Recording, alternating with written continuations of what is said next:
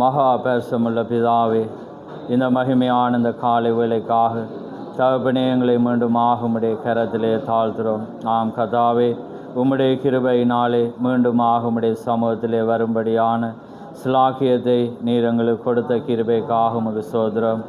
ஆம் கர்த்தாவே, இந்த காலை பொழுதிலே வந்திருக்கிற ஜனங்களை நீர் காண்கிற தேவன். நிச்சயமாக உம்முடைய ஜனங்களோடு நீர் பேசுகிற தேவனாயிருக்கிறபடினால் நிச்சயமாக இந்த காலை பொழுதிலும் நீர் பேசி கர்த்தாவே உம்முடைய வார்த்தையின் பக்கம் நிச்சயமாக நீ திருப்ப போகிற மேலான இந்த கிருபைக்காக உமக்கு ஸ்தோத்திரம். ஆம் கர்த்தாவே, இந்த சபையாரையும் விசேஷமாய் அருமையான ஊழியக்காரனையும் ஆண்டவரே அவருடைய குடும்பத்தாரையும் விசேஷமாய் சபைக்கு வர்றதான ஒவ்வொரு அன்பான அருமையான ஒவ்வொரு குடும்பங்களையும் உம்முடைய கரத்தில் ஒப்பு கொடுக்கிறோம். நிச்சயமாக இந்த இடத்திலே கர்த்தாவே உமக்குள்ளாக இன்னும் அதிகமாய் எழும்பி பிரகாசித்து கர்த்தாவே அங்கே சௌரன் சொன்னது போல கர்த்தாவே நாங்கள் எங்கே விழுந்தோமோ அங்கே திரும்பும்படியாகவே ஆண்டவரே நீர் ஒரு எலியாவை நீர் அனுப்பின தேவன். அந்த வண்ணமாக நாங்கள் ஒவ்வொருவரும் கர்த்தாவே ஆதி மூல நிலைக்கு திரும்பத்தக்கதாக எங்களுடைய விசுவாசம் ஆண்டவரே பிதாக்களுடைய இருதயத்துக்கு திரும்பத்தக்கதாக ஆண்டவரே நீர் எங்கள் ஒவ்வொருவருக்கும் நீர் உதவி செய்து வர்ற கிருபைக்காக உமக்கு ஸ்தோத்திரம். அந்த வண்ணமாக இந்த சபைக்கும் அதே போல் அடியானின் சபைக்கு நீர் உதவி செய்து வர்ற தேவன். அந்த வண்ணமாக கர்த்தாவே இன்னும் அதிகமாய் உம்முடைய அன்புக்குள்ளாக நாங்கள் பிரவேசிக்க நீர் கிருபை செய்யும். இந்த காலை பொழுதை உம்முடைய கரத்திலே தாழ்த்துகிறோம். திறக்க போகிற வார்த்தை ஆசீர்வதியும். அந்த வார்த்தையிலே நீர் மகிமைப்படும். அந்த வார்த்தையை கொண்டு நீர் எங்களோடு இடைப்படும். யாவையும் உம்முடைய கரத்திலே தாழ்த்தி இயேசு கிறிஸ்துவின் நாமத்தில் கேட்கிறோம். ஆமேன், ஆமேன், ஆமேன். நாங்கள் நின்ற வண்ணமாகவே 2 ராஜாக்கள் 1ஆம் அதிகாரம் அதிலே நாங்கள் 1 இருந்து நாங்கள் 4 மட்டும் நாங்கள் வாசிக்க போகிறோம். 4 மட்டும். 2 ராஜாக்கள் 1ஆம் அதிகாரம் 1 இருந்து 4 மட்டும். பழைய ஏற்பாடு 464. மரணமடைந்த பின் மோவாபியர் இஸ்ரவேலுக்கு விரோதமாய் கலகம் பண்ணி பிரிந்து போனார்கள். அகசியா சமாரியாவில் இருக்கிற தன் மேல் வீட்டிலிருந்து திராதியின் வழியாய் விழுந்து வியாதிப்பட்டு இந்த வியாதி நீங்கி பிழைப்பேனா என்று எக்ரோனின் தேவனாகிய பாகால் செவியிடத்தில் போய் விசாரியுங்கள் என்று ஆட்களை அனுப்பினார்கள். கர்த்தருடைய தூதன் திஸ்பேனாகிய எலியாவை நோக்கி, நீ எழுந்து சமாரியாவுக்கு ராஜாவின் ஆட்களுக்கு எதிர்பட போய் இஸ்ரவேலில் தேவன் இல்லை என்றால் நீங்கள் எக்ரோனின் தேவனாகிய பாகால் செவியிடத்தில் போகிறீர்கள். இதன் நிமித்தம் நீ ஏறின கட்டிலிருந்து இறங்காமல் சாகவே சாவா என்று கர்த்தர் சொல்லுகிறார் என்பதை அவர்களோடு சொல் என்றான். அப்படியே எலியா போய் சொன்னான். ஆமென். சிங்களத்தில் வாசிங்க.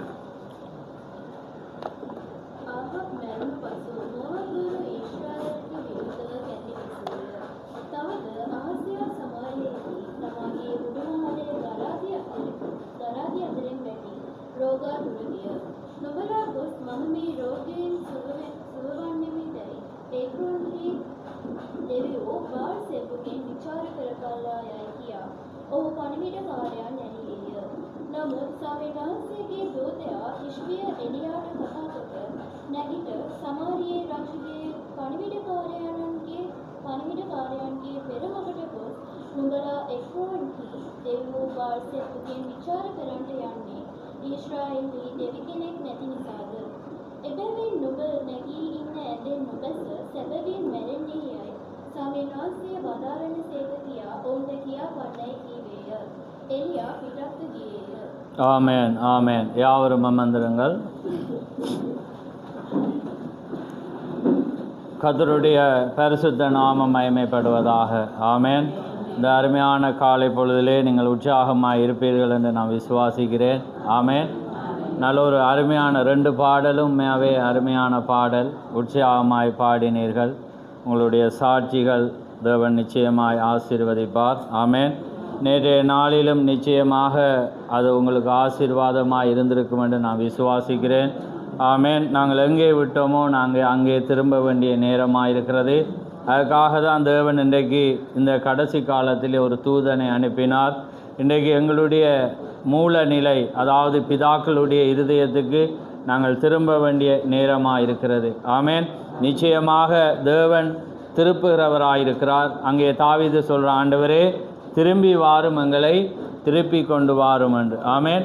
நாங்கள் நிச்சயமாக அவருடைய மூல நிலைக்கு நாங்கள் திரும்புகிற வேளையிலே நிச்சயமாய் தேவன் கர்த்தர் உங்களை ஆசீர்வதிக்கிற தேவனாயிருக்கிறார். ஆமேன். இன்றைக்கு நான் சுருக்கமாக ஒரு தலையங்கத்துக்களாக நான் பிரசங்கிக்க விரும்புகிறேன்.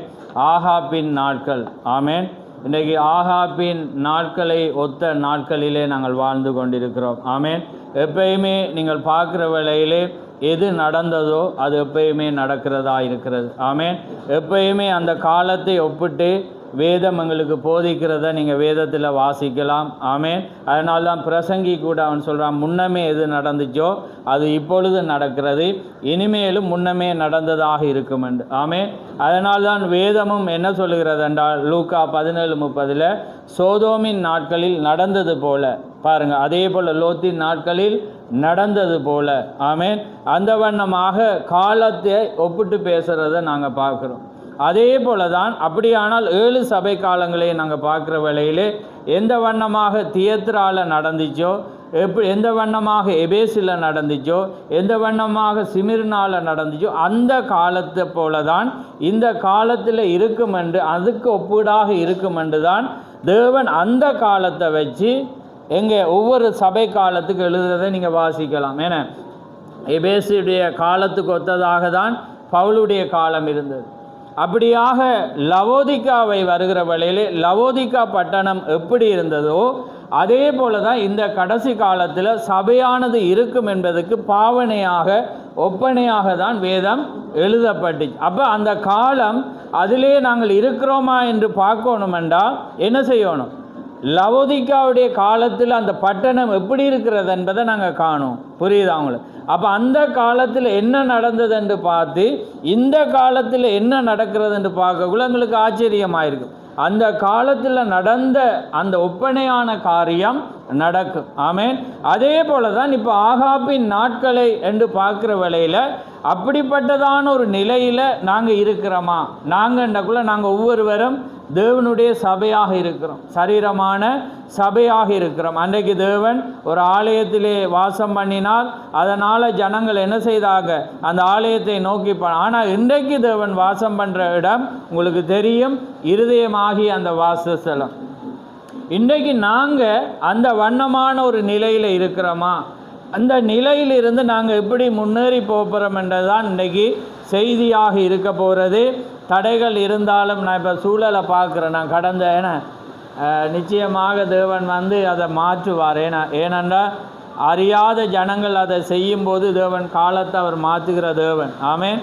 அதனால் தேவன் ஒரு காரியத்தை செய்வார். நீங்கள் எதுக்கும் செவி மடக்காமல் சிந்தியாக பாருங்கள். நிச்சயமாக இது தகர மண்டபடியாக மலையால் கேட்காது. நான் பேசுகிற சவுண்ட் விளங்குது அவங்களுக்கு. ஆமேன். அப்போ என்ன உயர்த்தேலுமெண்டா நான் உயர்த்துறேன். ஆமேன். அப்போ அதனால் நிச்சயம் தேவன் உங்களுக்கு உதவி செய்வார். அதனால் பாருங்கள், இந்த ஆகாபின் நாட்கள். அப்போ இந்த காரியத்தை தீர்க்கதரிசி ஏன் என்ற ஒரு செய்தியில் எடுக்கிறார். ஏன் இது சம்பவித்தது, அதாவது ஒரு காரணம் நடக்கிறதுண்டா அது ஏனன்றதை நாங்கள் பார்க்கோம். ஆனால் நாங்கள் என்ன செய்ய மாட்டோம்னா அது ஏனன்றதை நாங்கள் பார்க்க மாட்டோம். நாங்கள் என்ன செய்வோம்? ஜதார்த்தமாக நடந்து. இப்போ சௌரி சொன்னான், அவள் போகும்போது இன்றைக்கு ஆராதனைக்கு வராமல், அப்படி தானே? அவங்க போகும்போது வழியில் காயத்தைப்பட்டு போகிற வேளையில் அவள் விழுந்தா. அப்போ விழுந்த வேளையில் தேவன் என்ன செய்தார்? அங்கே தடையை கொண்டு வந்து இங்கே வந்தார். அப்போ அவள் ஏனன்றதை நினைக்கும். எப்பயுமே தேவண்ட ஜனங்கள் தேவண்ட வழியை விட்டு போகிற வேளையில் தேவன் திருப்புறவராயிருக்கிறார். ஆமேன். அதுக்காக நீங்களும் நானும் என்ன செய்யணும்? சந்தோஷம் அடையணும். அதனால தான் தேவனுடைய பிள்ளைகளை அவர் சிற்றிக்கிற தேவன். அதே போல தான் பாருங்கள், நான் இவைக்காக இந்த தலையங்க மடுக்கையில் மாறி விளங்கிறாங்க. புரியுதாங்க? ஏன்? அப்போ இந்த செய்தியை பார்க்குற வேளையில் பார்த்தீங்கன்னா இந்த இடத்துல ஒரு சம்பவம் நடக்கிறது. ஏனன்றதை நாங்கள் பார்க்குறோம். அப்போ ஏனென்று பார்த்தீங்கன்னா ஆகாப் மரணம் அடைந்த பிற்பாடு அகசியா ராஜா வாரான். இந்த அகசியா ராஜா யாரண்டா? ஆகாப்புடைய மகன். இந்த ஆகாப்புடைய மகன் என்ன செய்கிறான்டா, அவன் கிராதியின் வழியிலாக இருந்து அவன் என்ன செய்கிறான்டா? விளங்குது அவங்களுக்கு? இல்லாட்டி நெருங்கி வாங்க. என்ன நீங்கள் கிட்ட வாங்க, பிரச்சனை கிட்ட வாங்க.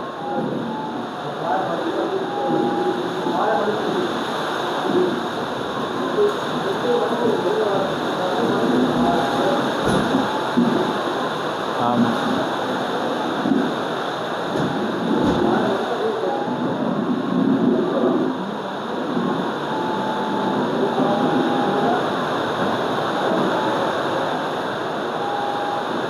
நீங்கள் இப்படி வந்தாலும் ஓகே, இப்படி வந்தாலும் ஓகே.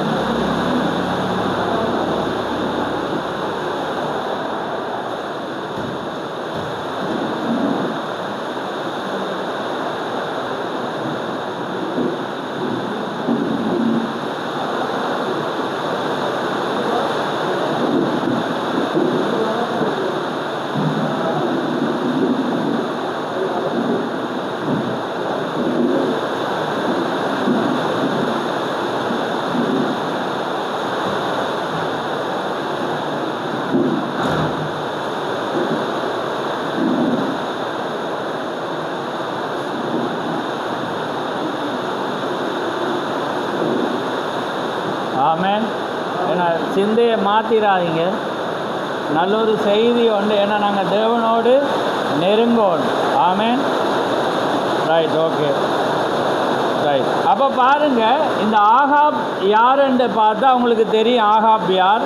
இப்போ ஆகாப்புடைய மகன் அகசியா என்ன செய்கிறான்டா, மேல் மாடி, அதாவது கிராதியின் வழியில் என்ன செய்கிறான், அவன் நடந்து திரிகிற வேளையில் ஒருவேளை அவன் குடிச்சிருக்கலாம் அல்லது ஏதாவது ஒரு நிலையில் அவன் என்ன செய்கிறான்டா, மேலே இருந்து அப்படியே விழுகிறான்.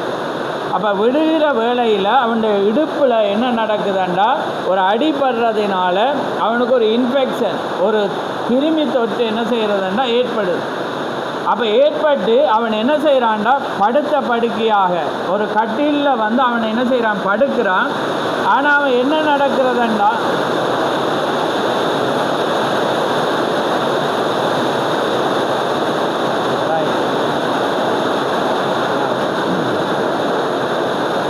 நம்ம ஒரு பாட்டு படிப்போம், பாட்டு ஒன்று படி.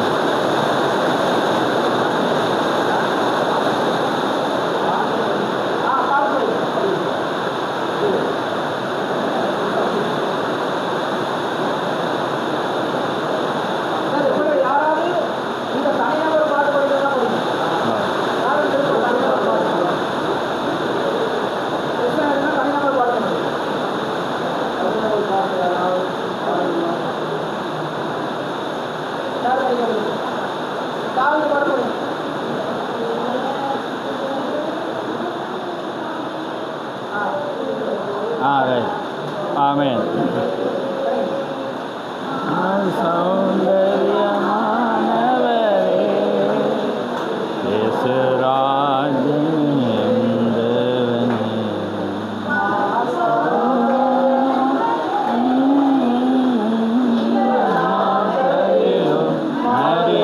அறியாளரிலும் நீயோடு நாம் பாடிடுவோம். ஆமென்.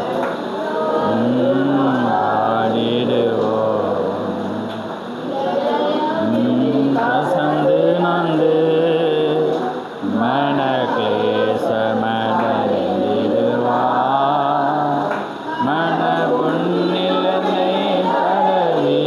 ஆமென். மன ஆறுதல் தந்திடுவா, புண்ணிலனை தடவி மன ஆறுதல் தந்திடுவா.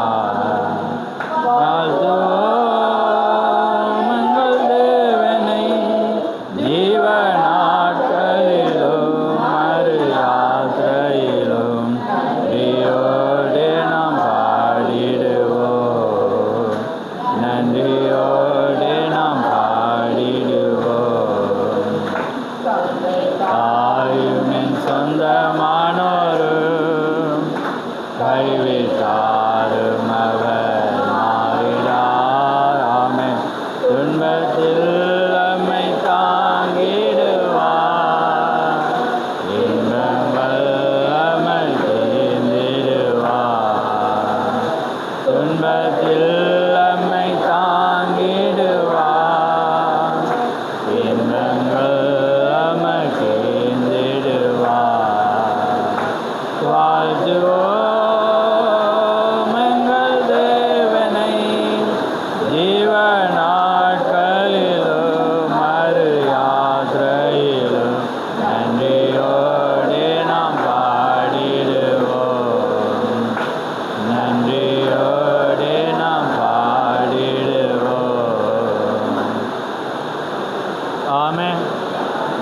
தாமே உங்களை ஆசீர்வதிப்பாரா. ஆமாம். அவன் அன்றைக்கி ஊழியக்காரர் மனைவி போல நிறைய அதே போல் அந்த ஊழியக்காரன் மனைவி நல்ல ஒரு சாட்சி அந்த பாட்டு தேவன் உங்களை ஆசீர்வதிப்பார் 2 பேர். ஆமாம். ரைட். இப்போ விளங்குதா உங்களுக்கு? ரைட். அப்போ பாருங்கள், வை அதாவது ஏன், ஆனால் நான் கொண்டு வர்ற தலையங்கம் ஆகாப்பின் நாட்கள். அப்போ பாருங்கள் என்ன நடக்குதுண்டா, ஆகாப்புடைய மகன் அகசியா மேலே இருந்து அவன் என்ன செய்கிறான், விழுகிறான். விழுந்த பிற்பாடு அவனுக்கு ஒரு தொற்று வருகிறது. அந்த தொற்று வந்த பிற்பாடு அவன் என்ன செய்கிறான்டா, தேவன் அங்கே இருக்கிறார், ஆனால் தேவன் அவன் விசாரிக்காமல் எங்கே போகிறான்டா, எக்ரோனின் தேவனாகிய பாகால் செபுடத்தில் என்ன செய்கிறான்டா, ஆள் அனுப்புகிறான். அப்போ ஆள் அனுப்புகிற வேளையில் பாருங்கள் என்ன நடக்கிறதாண்டா, அங்கே தேவன் எலியாவை அனுப்புகிறேன். அப்போ ஏன் இவன் அங்கே அவனை அனுப்புகிறான்னு பார்த்தீங்கன்னா, ஆகாப் யாருன்னு பார்த்தீங்கன்னா ஒரு யூதன், அவன் தேவனுடைய மனிதன். ஆனால் அவன் விவாகம் பண்ணினது யாருன்னு பார்த்தீங்கன்னா ஒரு விக்கிராராதனைக்காரியம். அப்போ அந்த விக்கிராராதனைக்காரிய விவாகம் பண்ணினபடினால ஆகாப் மரிக்காமல் இருந்திருந்தால் எதா இருந்தாலும் எலியாட்ட கொஞ்சமாவது போயிருப்பான். ஏனென்றால் ஆகாப் ஒரு யூதன், அவனுக்கு தெரியும் அங்கே ஒரு தீர்க்கதரிசி இருக்கிறார் என்று. ஆனால் வேதம் என்ன சொல்லுதுண்டா, ஆகாப் மரணம் அடைந்த பின்பு என்று வேதம் சொல்லுது. அப்போ ஒரு மனிதன் அங்கே மரித்த பிற்பாடு என்ன நடக்குதுண்டா, இவன் என்ன செய்கிறான், தாயினுடைய தேவர்கிட்ட அவன் அனுப்புகிறான். அப்போ தாயுடைய தேவன் யார், அவள் பாகால் சேபு, எக்ரோனின் தேவன். அப்போ ஏனென்றால் அவள் விக்கிராராதனையிலிருந்து தான் இங்கே வந்தவன். அப்போ அந்த விக்கிராராதனையிலிருந்து வந்தபடினால இவன் ஆகாப் மரித்தோன்னு இந்த குடும்பம் எப்படி மாறுது, ஆவிக்குரிய நிலையிலிருந்து அங்கே மாறுது. மாறினோடு என்ன நடக்குதுண்டா பாருங்க, அவன் அங்கே எக்ரோனின் தேவனிடத்தில் ஆள் அனுப்புகிற வேளையில் அங்கே எலியா தேவன் என்ன செய்கிறேன்டா, எலியாவை அனுப்புகிறேன். எலியா அனுப்பி கேட்குறேன், நீங்கள் இஸ்ரவேலில் தேவன் இல்லையென்றால் நீ எக்ரோனின் தேவனிடத்தில் போனால் நீ போனபடினால் என்ன நடக்குமென்றால் நீ கட்டிலிருந்து இறங்காத வண்ணம் நீ என்ன செய்வாய், மரிப்பாய். அப்போ பாருங்கள், ஏன் நாங்கள் இப்போ இதை பார்க்குறோம்னா இந்த ஆகாப்பினுடைய நாட்களை போல தான் இன்றைக்கு உலகம் இந்த மெசேஜ் இன்றைக்கு செய்தி இருக்குது. ஏனென்றால் ஜனங்கள் மேலான ஒரு செய்தி அங்கே கிடைக்கப்பட்டாலும் இன்றைக்கு நானும் நீங்களும் என்ன செய்யிட்டோம்னா ஏதோ ஒரு வழியில் சிக்கப்பட்டு பாருங்கள், மேலான தேவன் இஸ்ரவேலின் தேவன் அங்கே இருக்கிற வேளையில் அவன் பாருங்கள் அந்த குடும்பத்தில் வளர்க்கப்பட்டவன், அந்த இடத்துல இருந்தவன் பாருங்கள் அவன் எங்கே போகிறான்டா, ஒரு விக்கிர ஆராதனை விக்கிரங்களை வணங்குற இடத்துல அந்த சிலையின் இடத்துல போகிறான். அப்போ பாருங்கள் அந்த காலத்தை ஒத்ததாக தான் இன்றைக்கு காலங்கள் இருக்கிறது. ஆமென். இன்றைக்கி ஜனங்கள் பாருங்கள், இது ஒரு மேலான செய்தி, தேவன் ஒரு மேலான ஒரு தீர்க்கதரிசி அனுப்பினார், மேலான வெளிப்பாடு. இன்றைக்கி தேவன் யார் என்று இருக்கக்குள்ள இன்றைக்கி எங்களோட குடும்பங்களை ஆராய்ஞ்சு பாருங்கள். ஒருவர் ஒரு சபைக்கு, ஒருவர் ஸ்தாபனத்துக்கு, ஒருவர் இந்து மார்க்கத்துக்கு, ஏன்னா இப்படியான ஒரு காலம்தான். அதனால தான் ஆகாப்பின் நாட்களை ஒத்த காலம். இப்போ சோதோமின் நாட்களை போல, நோவாவின் நாட்களை போலண்டா அந்த காலத்தில் ஜனங்கள் எப்படி இருந்தாங்களோ அதே போல தான் இன்றைக்கி தீர்க்கதரிசி என்ன சொல்கிறேன்டா, இன்றைக்கி ஜனங்கள் பாருங்கள் தேவன் இறங்கி வந்து தேவன் ஒரு தீர்க்கதரிசி அனுப்பி அப்படிப்பட்ட ஒரு மகத்தான காலத்தில் இப்போ உங்களோட சபையில் நானும் எங்களோட சபையை ஆராய்ந்து பார்க்குறேன், மேலான ஒரு செய்தியில் வந்திருப்பாங்க. ஆனால் காலம் வருகிற வேளையில் ஒரு வியாதி அல்லது கஷ்டம் வர்ற வேளையில் என்ன செய்வாங்க, அப்படியே மாறி எங்கே இருந்து வந்தாங்களோ அதை விட ஒரு மோசமான இந்து மார்க்கமோ அல்லது வேறொரு மார்க்கமோ அல்லது ஸ்தாபனத்துக்குள்ளே போனால் அவங்களால நான் யோசிக்கிறது எப்படி இவங்க இந்த மெசேஜை விட்டு போனாங்க பாருங்கள். மேலான ஒரு ஞானஸ்தானம், இந்த ஞானஸ்தானம் இல்லாதவன் ரட்சிக்கையும் படையலாம், தேவண்ட ராஜ்யத்துக்குள்ளே வரையலாம். உங்களுக்கு வேத வார்த்தை வடிவாக தெரியும். இயேசு சென்ற ஜலத்தினாலும் ஆவியினாலும் வராவிட்டால் தேவனுடைய ராஜ்யத்தில் போயலாம். அப்போ ஜலம் உங்களுக்கு தெரியும், ஞானஸ்தானத்துக்கு அடையாளம், ஆவி என்பது பரிசுத்த ஆவி. அப்போ ஜலத்தினால் பெற்றாதான் பரிசுத்த ஆவி வரும். அப்போ எந்த ஞானஸ்தானத்தால் எதை பெற்றா வரும், அப்போஸ்தலர் 2:38, ஏன்னா நீ மனம் திரும்பி பாவ மன்னிப்புக்கு பெறக்குள்ள தான் பரிசுத்த ஆவி வரும். அப்போ சரியான முறையில் அவன் ஞானஸ்தானம் பெறாட்டி பரிசுத்தாவியை பெற இயலாது. அப்போ பரிசுத்தாவி பெறாட்டி எபேசியர் 4:30 என்ன சொல்லுது? மீட்கப்படும் நாளுக்கென்று முத்திரையாக கொடுக்கப்பட்ட பரிசுத்தாவி. அப்போ மீட்கப்படும் நாளுக்கென்று நீங்கள் மீட்கணுமெண்டா அது எது கொடுக்கப்பட்டா? பரிசுத்தாவி. அப்போ நான் சிந்திக்கிறது என்னடா இந்த மெசேஜில் ஞானஸ்தானம் பெற்று இப்போ பார்த்தா ஒரு திருமண வாழ்க்கைக்காக வேறு இடத்துக்கு போயிருப்பாங்க, திருமண வாழ்க்கைக்காக மார்க்கத்துக்கு போயிருப்பாங்க, திருமண வாழ்க்கை. ஆனால் இந்த மெசேஜை பாருங்கள். அப்போ பாருங்கள், அதான் தீர்க்க சொல்லு, இந்த ஆகாப்புடைய நாட்களில் தேவன் எலியா தீர்க்கதரிசியை கொண்டு இஸ்ரவேலையே கலக்கிட்டு இருக்குது. அப்போ கலக்கி கொண்டு இருக்கிற வேளையில் என்ன நடக்குதுண்டா, இவன் ஒன்று தேவனை அறியாத ஒரு பெண்ணை விவாகம் பண்ணினபடினால் என்ன நடக்குதுண்டா, தேவனை விட்டு அவன் மரிச்சிட்டான். மரித்தபடினால் அவனோட புள்ள பாருங்க தீர்க்கதரிசிட்ட போகாமல் இஸ்ரவேலின் தேவன்கிட்ட போகாமல் எங்கே ஆள் அனுப்புகிறான் பாருங்கள். முடியுமா? அது சிந்தித்து பார்க்கவே கற்பனைக்கே முடிஞ்ச காரியமானு யோசிச்சு பாருங்க. அப்போ பாருங்க அவன் எங்கே அனுப்புகிறான்டா, அங்கே எக்ரோனின் தேவன் அவள் பாருங்க ஒரு சில பெண் தெய்வம். அப்போ பாருங்க அந்த அப்படிப்பட்ட ஒரு நிலைக்கு அனுப்புகிறான்டா. இன்றைக்கு நானும் நீங்களும் எப்படியாக இந்த மெசேஜை நாங்கள் காத்து கொள்ளணும் தேவனுடைய வழியில். ஆனால் பிசாசு என்ன செஞ்சிட்டான்டா, இன்றைக்கி தேவன் மனவாட்டி ஆயத்தப்படக்குள்ளே இன்றைக்கி இனம் கலப்பாயிட்டு. எப்படி இன்றைக்கி சாப்பாடு முறை நாங்கள் பேசினது போல் ஹைப்ரிட் போல் இன்றைக்கி குடும்பங்கள் என்ன செஞ்சிட்டு, ஆவிக்குரிய மனிதனாக இருப்பான், விவாகம் பண்ணினவங்க எப்படி இருப்பாங்க, ஆவிக்குரியதவங்க இல்லாமல் இருப்பாங்க. அப்போ என்ன நடக்கும்? பிறக்கிற பிள்ளை எப்படி வரும்னு சொல்லுங்கள்.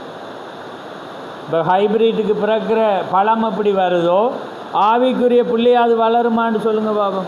கடைசி மட்டும் வராது. அதான் மெசேஜ் சாட்சி கூறுது. அப்போ அதான் தீர்க்க சொல்கிறேன், இந்த ஆகாப் ஒரு யூதன், இவள் ஒரு விக்கிர ஆராதனை. பிறக்கிற பிள்ளை என்ன நடக்குது, ஒரடியாக தேவனை விட்டுட்டு இஸ்ரவேலில் தேவன் இருக்கிறார், அங்கே பிசின் தைலம் இருக்குது, சொஸ்தம் அடைகிறாங்க.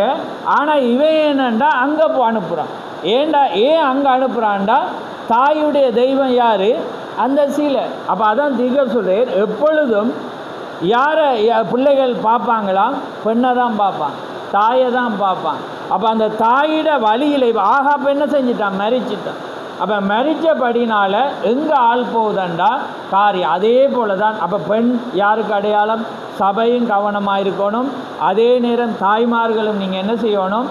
கவனமாக இருக்கு. ஏண்டா நீங்கள் என்ன நடந்தாலும் என்ன காரியம் சம்பவித்தாலும் எது இழந்து போனாலும் நீங்கள் இந்த செய்தியை இழக்கக்கூடாது. ஆமே, இதுதான் இந்த நாளுக்குரிய செய்தியாக இருக்கிறது. இதுதான் உண்மையான மனிதன் ரட்சிக்கப்படுற செய்தியாக இருக்கிறது. அதுதான் உண்மையான ஆவிக்குரிய இஸ்ரவேலர்கள் செய்தாங்க. அவங்க என்ன செய்தாங்க? அந்த காரியத்தில் ஏண்டா செய்தி வராட்டி ஜனங்கள் விலகிடுவாங்க. சரியான அன்றைக்கு தீர்க்கதரிசி வராட்டி ஜனங்கள் எல்லாமே சரியென்று நினச்சிடுவாங்க. அதே போல் ஒத்த காலம்தான் நெகோமியாட காலம். நீங்கள் நெகோமியா வாசிங்க, 9ஆம் அதிகாரம் சத்தமாக வாசிங்க. நெகேமியா பாருங்கள் 13ஆம் அதிகாரத்தை வாசிங்க. இப்போ வாலிப பிள்ளைகள் தான் நீங்கள் வாசிக்கணும் இந்த வாசனை. வாலிப பிள்ளைகள் இல்லாட்டி சௌரி மாறு வாசி பாருங்க. 622 21 வாசிங்க.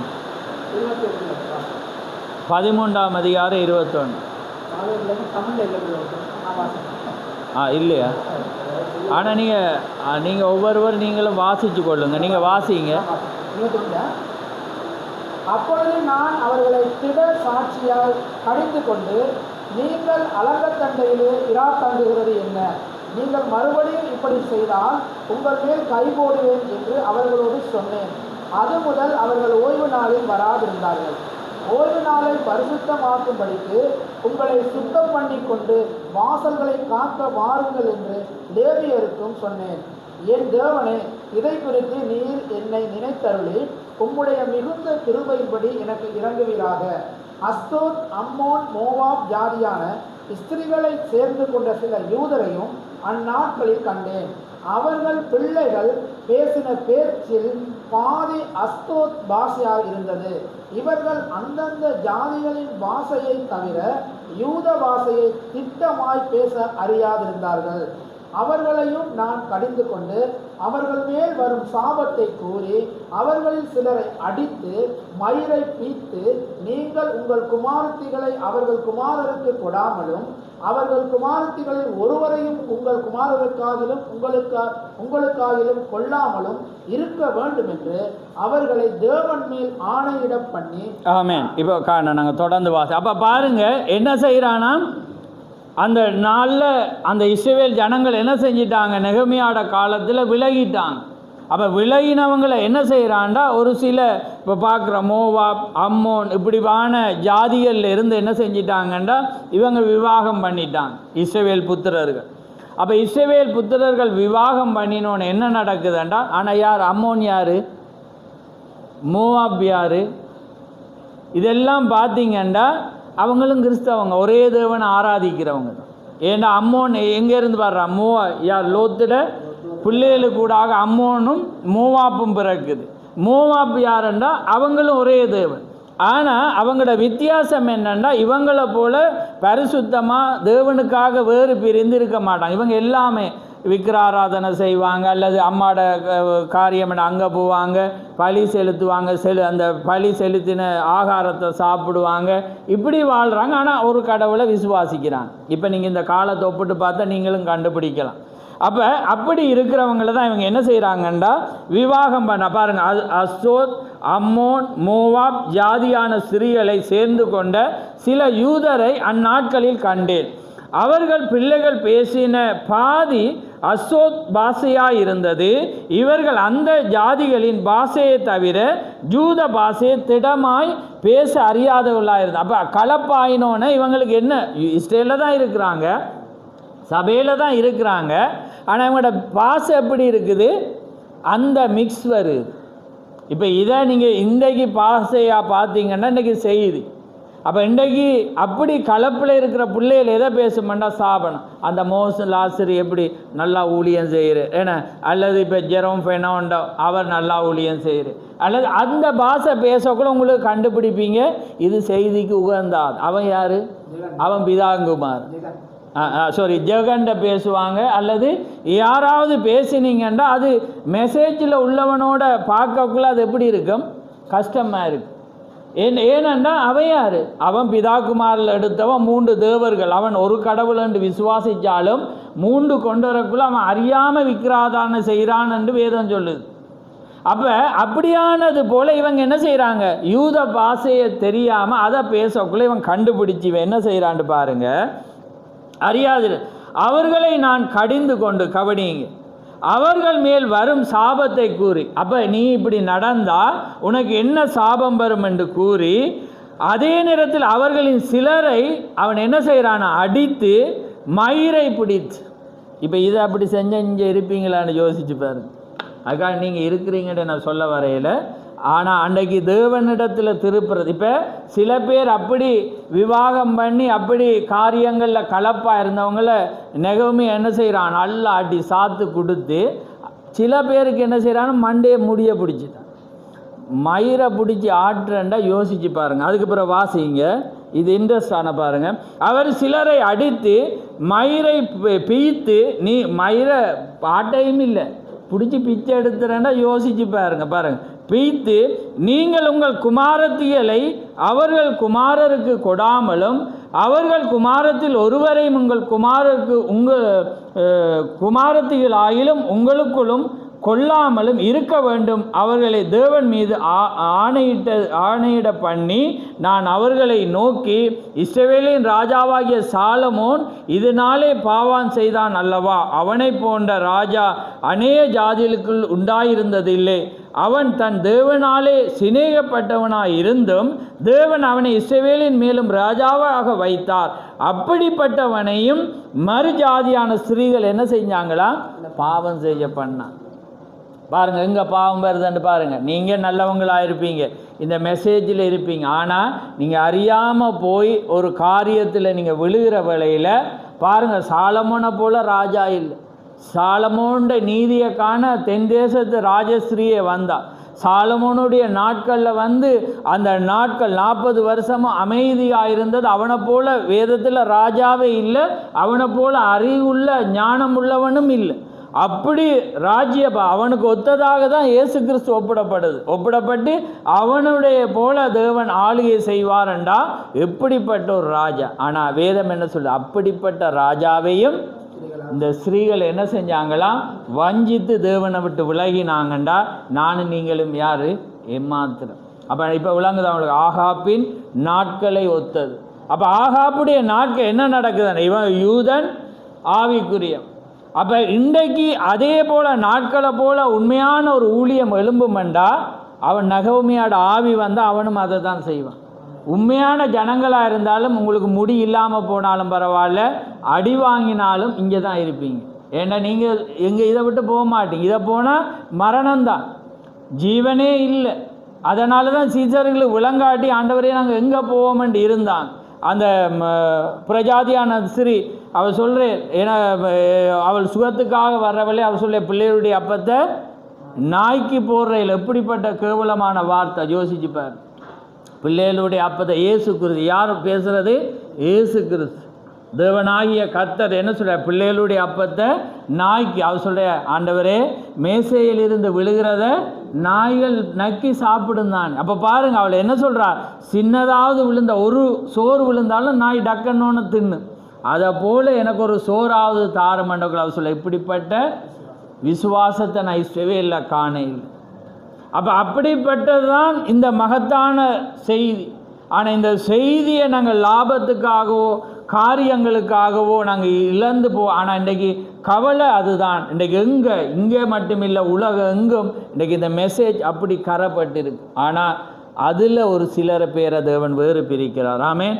அதுதான் இன்றைக்கி நானும் பேசுகிறேன். அந்த உத்தமத்துக்காக தான் பேசுகிறோம் இல்லையே, நாங்கள் யாரையும் குற்றப்படுத்த பேசுகிறோம் இல்லையேண்டா, இதுதான் சத்தியம். ஆமென்.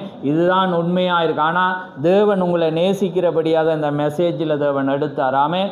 அதனால் நீங்கள் சிக்கப்பட்டதை நினச்சி கவலைப்படாதீங்க. ஒருவேளை நீங்கள் சிக்கப்பட உங்களை குறித்து எனக்கு தெரியாது இருக்கலாம்.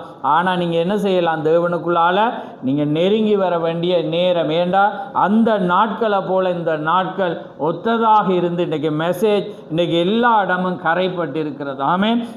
இன்றைக்கி வஞ்சகர்கள், இன்றைக்கி நடிகர்கள், இன்றைக்கி பரிசேரண்டா உங்களுக்கு அடிக்கடி சொல்கிறேன் நான், பரிசேரண்டா அதில் அர்த்தம் வந்து நடிகன். இன்றைக்கி செய்தியில் நடிகர்கள் தான் இருக்கிறாங்க ஒழிய உண்மையாக ஜனங்களை நேசிக்கிறவங்க என்ன செய்வாங்க, வார்த்தைக்கு தான் திருப்புவாங்க, அவங்கள தேவனிடத்தில் திருப்புவாங்க, ஒரே தேவனிடத்தில் வழி நடத்துவாங்க. தவறுகள் அவங்க என்ன செய்வாங்க, சுட்டி காட்டுறவங்களாக இருப்பாங்க. ஏனென்றா தேவாதி தேவன் அதை செய்வார். அதான் பாருங்கள், வேதத்தை நீங்கள் லோத்துடைய நாட்களை பார்த்தீங்கன்னா, லோத்து யாராக இருந்தானா, நீதிமான். அவன் லோத்துக்காக தான் தேவன் என்ன செஞ்சான், சோதோமை அழிக்காமல் இருந்து. ஆனால் வேதம் என்ன சொல்லுதுண்டா பாருங்க, அவன் பாவம் செய்கிறத பார்க்குறான். ஆனால் அவன் என்ன செய்கிறான்டா, அதுக்கு எதிராக பிரசங்கிக்க அவனுக்கு தைரியம் இல்லை. என்னையா, அவன் லோத்துடைய இருதயத்தை வேதம் என்ன சொல்லுதுண்டா, நீதிமானாகிய லோத்தினுடைய இருதயத்தை அது வாதித்ததான். அவனுக்கு கஷ்டமாக இருந்துச்சான், வேதனையாக இருந்து. ஆனால் பிள்ளையை போய் திருத்தலாம். அவன் என்ன செய்கிறான்டா, அந்த ஜனத்தை போய், அவன் நியாயாதிபதியாக அந்த இடத்துல இருக்கிறான், அவன் போய் கண்டிக்கல். அது ஏனண்டா, ஆனால் அவனுக்கு தெரியுது இது பிள்ளைண்டு. ஆனால் அந்த பிள்ளையை அவனுக்கு சுட்டி காட்ட தைரியம் இல்லை. அதே போல் தான் இன்றைக்கி பெற்றோர் இருக்கிறான், இன்றைக்கி அநேக ஊழியக்காரர் இருக்கிறான்.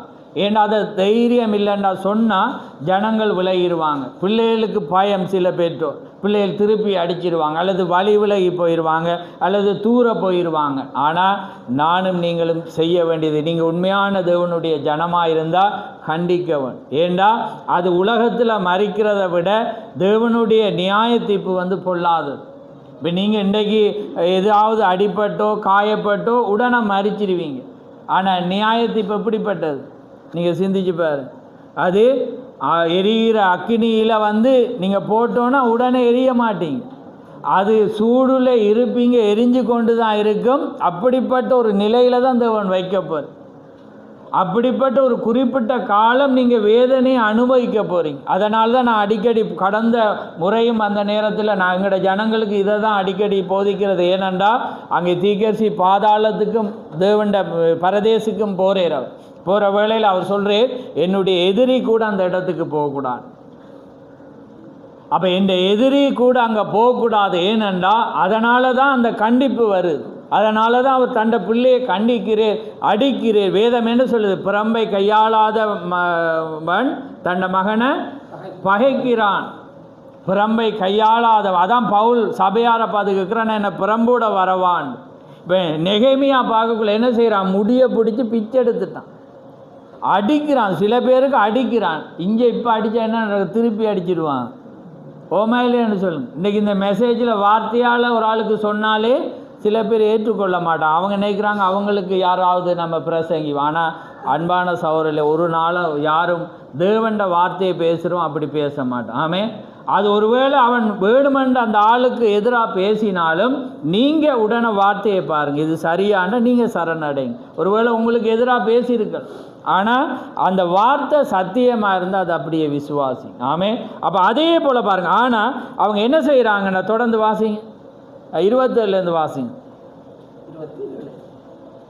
27 இந்த வாலிய பிள்ளையில தான் வாசிக்கணும். இல்லை பிற இவங்க சிங்களத்திலே இருந்தாலும் பரவாயில்ல வாசிக்கும், இல்லாட்டி சௌரியமார்கள் வாசிங்க தமிழில். உங்களோட பொன்னான குரலில் நாங்கள் கேட்கணும். என்ன நீங்களே ஒவ்வொருவரும் வாசிங்க.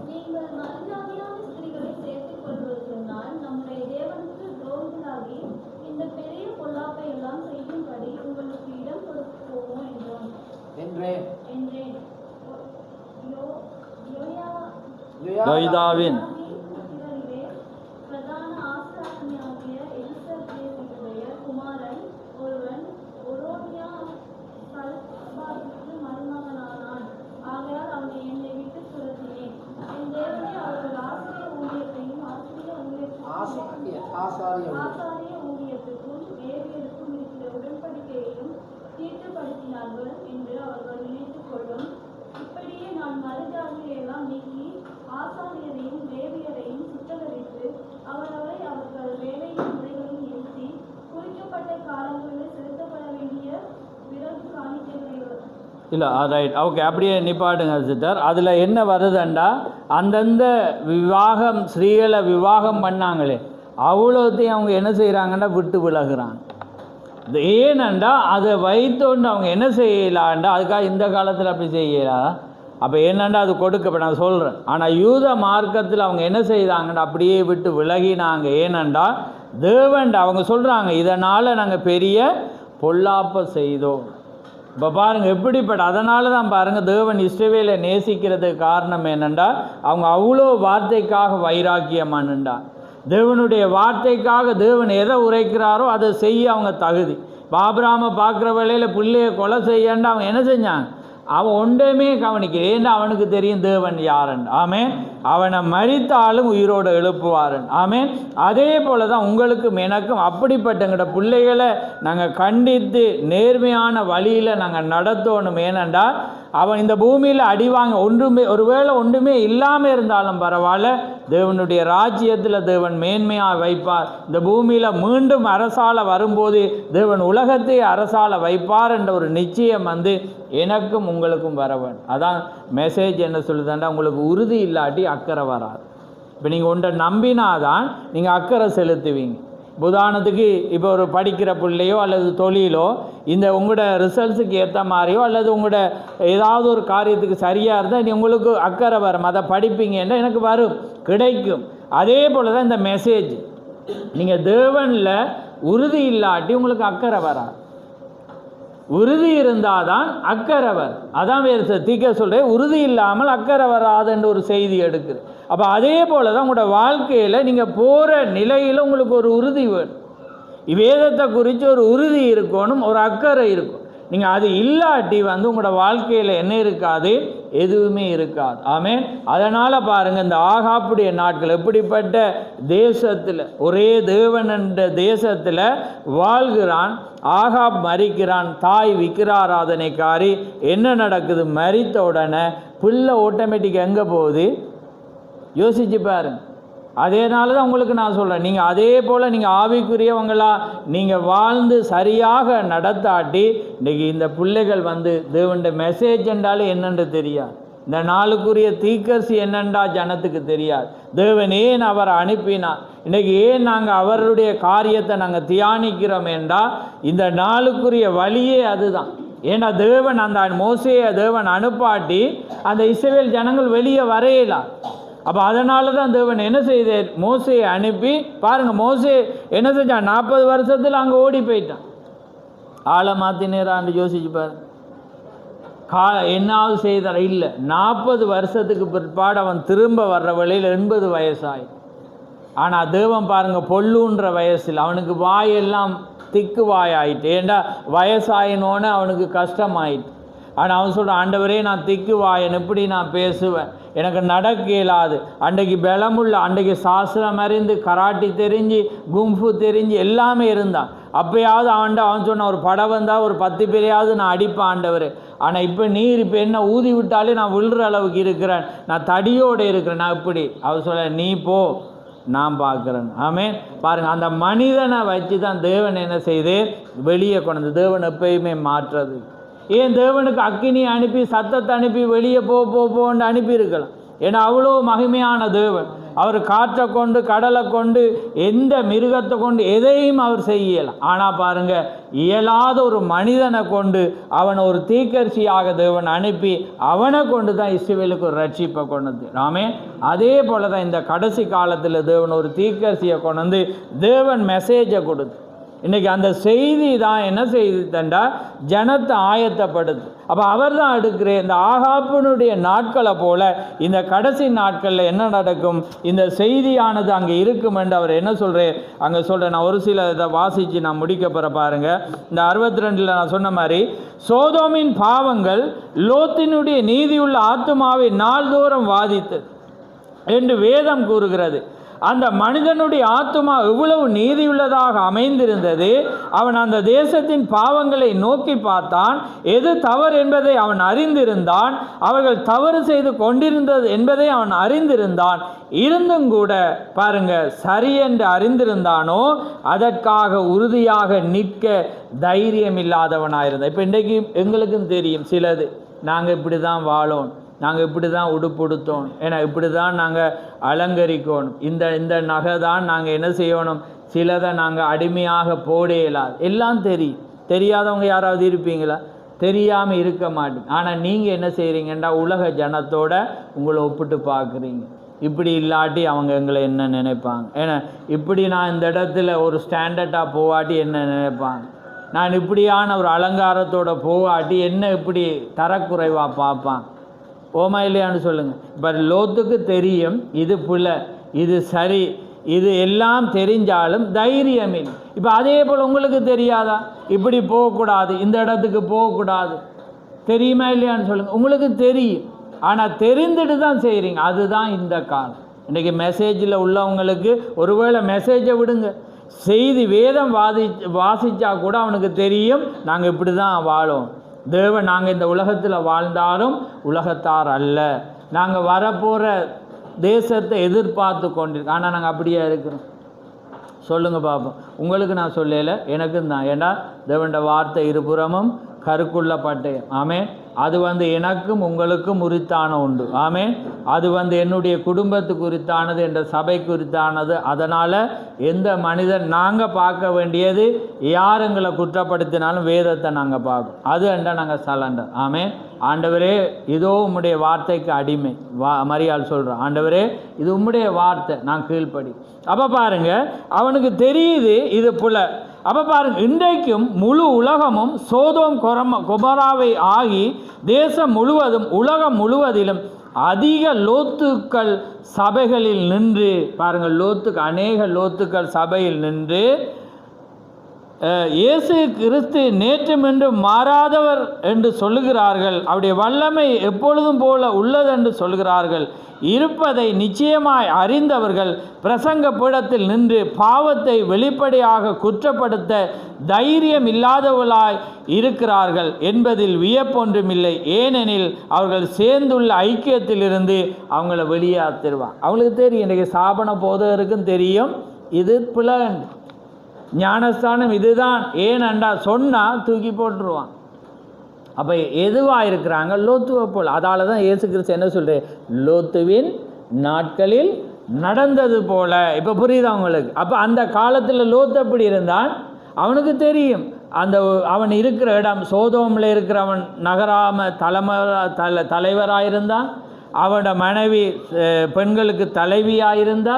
இவங்களுக்கு தெரியும் இது புல. அவங்க என்ன செஞ்சுருக்கணும்னா அதை விட்டு வெளியே வந்திருக்கும். ஆனால் அவனுக்கு தவறுண்டு தெரியும். அவனை தேவன் அழிச்சிருப்பேர். ஆனால் யாரால் அழிக்கலைன்னு சொல்லுங்கள்? ஆபிரகாமால். ஆபிரகாம் பறந்து பேசுகிறான், ஆண்டவரே அங்கே லோத்து இருக்கிறான், ஆண்டவரே நீர் 10 நீதிமான் 50லேருந்து வாரான் வந்து வந்து வந்து வந்து. அப்போ அவனால் லோத்து. ஆனால் அது வெளியே வந்தோன்னு என்ன நடந்துச்சு? அவருடைய அழிஞ்சு போனான். மனைவி முன்னுக்கு போனால் பெண்களால் பாருங்கள், மோவாப் வருது, அம்மோன் வருது, ரெண்டும் பொல்லாத ஜாதிகள். ஆனால் யார பிள்ளைகள்? இந்த பிள்ளைகள் தான். அப்போ பாருங்கள், அது மூலம் தான் பிள்ளையான சந்ததி வர அந்த பெண்களை தான் விவாங்க. இப்போ நாங்கள் என்ன சொல்லுவோம், அவங்க இந்த சாபனத்துக்கு ஏன்னா அவங்களும் இயேசுவ கடவுள்ன்ட்டு நம்ம எங்களோட பெண்களை அல்லது எங்களோட மாப்பிள்ளைகளை கொடுப்போம். அவங்களும் ஒரே தேவன். ஆனால் வேதம் என்ன சொல்லுது? அவங்க 3 தேவர்களை பணியிறாங்க. ஆனால் அவங்க அப்படியேண்டா வேறு மார்க்கம் வரையலாதா? அவங்க டிவைட் ஆனால் வேறு பிரிந்தால் உள்ளே வரலாம். அப்போ அப்படி வர்றவங்க என்ன செய்வாங்கண்டா, பிள்ளைய நீங்கள் சொல்லுவீங்க, இல்லை பிள்ளைக்கு நீ முடிய வெட்டக்கூடாது, அதெல்லாம் உங்களோட காலம், அது பரவாயில்ல, பிள்ளைக்கு இப்போ என்று நாம் என்ன செய்வோம், கட் பண்ணிடுவோம் அல்லது ஸ்ட்ரைட் பண்ணுவோம். ஆனால் வேதத்தில் முடி என்னத்துக்கு அடையாளம்? முக்காட்டுக்கு அடையாளம். அதை விட இன்னொரு மகிமையாக்கு என்ன தேவன் சொல்ற, அது மகிமை. பெண்ணுக்கு மகிமையே பெண் தான். அதால தான் சிம்சோனுடைய முடியை தேவன் நசரேனாக இருந்தபடியாக வளர்க்க விட்டார். ரக்க ஆம்பளையில் வளர்க்க இயலாது, அவன் ஒரு நசரேனாக இருந்தபடியாக தேவன் முடியில் வல்லமையை வச்சு. அப்போ இன்றைக்கி அதனால தான் பெண்கள் என்ன செய்யலாதண்டா, அந்த முடியை எக்காரணம் கொண்டு அவங்க என்ன செய்யலாதண்டா, வெட்ட இயலாது. அவங்க நீங்கள் திகசிட கேள்வி கேட்குறாங்க, இந்த முடி கீழே வந்தோன்னு என்ன செய்யுமெண்டா செம்பட்டை அடித்து வெடிக்கும். அப்போ அதை கூட அவள் கத்திரிக்கோலையே வைக்கலாம். இப்போ முடியில் என்ன செய்யலாது யோசிச்சு பாருங்கள். அதான் கட்டளை, நான் சொல்லல, வேத கட்டளை. ஏண்டா அப்போ பாருங்கள், அப்போ தேவன் பரிசோதிக்கிறேன். இப்போ பாருங்கள், பிள்ளையை போய் பலியிடக்குள்ளே பரிசோதிக்கிறேன். அதே போல் உங்களையும் என்னையும் பரிசோதிப்பேன். அப்போ தேவனுடைய வார்த்தை என்ன சொல்லுதுன்னா அது மகிமை. அப்போ தேவன் என்ன செய்கிறான்னா அது அப்போ இவனுக்கு தெரியும் இது தவறுண்டு. ஆனால் அவன் என்ன செய்கிறான்னா தைரியம் இல்லை. சொன்னால் கோவிப்பாங்க, பகைப்பாங்க, என்னை எதிர்ப்பாங்க, அதனால் விலகுவாங்க என்றுட்டு இவன் என்ன இருந்து அவன் ஆண்டவரே ஏன் இந்த ஜனம் இப்படி இருக்கு, ஏன் இப்படி செய்கிறாங்க, ஏன் இப்படி எல்லாம் என்னை முடிக்கிறான், அப்படி அவன் என்ன செய்கிறான், சிந்திக்கிறான். நீதியுள்ள லோத்தினுடைய இருதயம் வாதிச்சது, ஆனால் தைரியம் இல்லை. அதனால தான் இயேசு கிறிஸ்து சொல்கிறேன், லோத்தின் நாட்கள் இன்றைக்கு நீங்கள் ஒத்து இருக்கான்னு பாருங்கள். இன்றைக்கி அதே போல் தான் இன்றைக்கி பெற்றோரை பாருங்கள். நீங்களே உங்களோட பிள்ளைகளுக்கு தெரியும் அப்படி போகக்கூடாது, அந்த பிள்ளைகள் அப்படி அலங்கரிக்கக்கூடாது, அப்படி என்ன செய்யக்கூடாது, இப்படி போகக்கூடாது. ஆனால் நீங்கள் சொல்கிறீங்களா? சரி, என்ன செய்ய ஒருக்கா சொல்லி பார்ப்பீங்க, ஏன்னா அதுக்கு பிறகு என்ன செய்யுங்க வச்சு நீங்கள் செய்யலாம். ஆனால் அந்த பிள்ளை எங்கே போப்பது? நீங்களும் நானும் என்ன செய்யணும், சிந்திக்க வேண்டிய நேரமாக இருக்குது. அப்போ பாருங்கள், அந்த அவிசுவாசமும் விசுவாசம் ஒன்று கலக்க முயற்சிக்கும் போது ஒரு குழந்தை, அங்கே வளர்க்கப்படும் குழந்தை, அது எப்பொழுதும் மோசமான குடும்பமாக இருக்கும். அதால் தான் தேவன் சொல்கிறேன், கழுதையும் மாடையும் என்ன செய்யக்கூடாதான், ஒண்டா கட்டிட்டு மேயக்கூடாது. அப்படி தான் இருக்குது வேதத்தில். பழைய ஏற்பாடு அவர் சொல்கிறேன், நீ ரெண்டும் வேறு வேறு மிருகம் என்ன செய்யும், இந்த உலக்குள்ளே நீ கழுதையும் என்ன செய்யக்கூடாது, மாடையும். இஞ்சால கழுதை ஒரு சத்தத்தோட அங்கால இழுக்கும், இந்த மாடு என்ன செய்ய மாட்டேன், இஞ்சால இழுக்கும். எப்படி இருக்குமென்று சொல்லுங்கள். உழுவுறது நேராக உழுவாமல் எப்படி உழுகும், இப்படி தான் உழுவும். அப்போ அதே போல் தான் அவர் சொல்கிறேன், ஒரே இனம் இனத்தோடு சேரும்.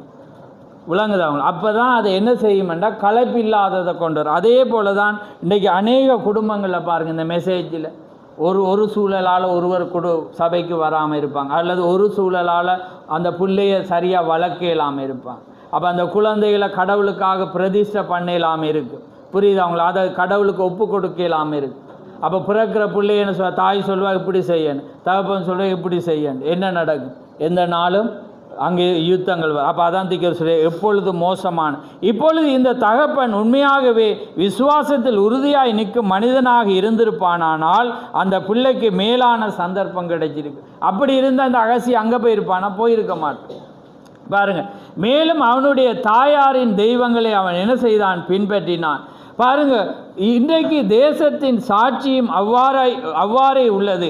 குடும்பத்தில் ஒருவர் இந்த வழி, மற்றவர் வேறொரு வழி, ஒருவர் இந்த வழி போகிறார்கள், ஒருவர் அந்த வழி போகிறார்கள்.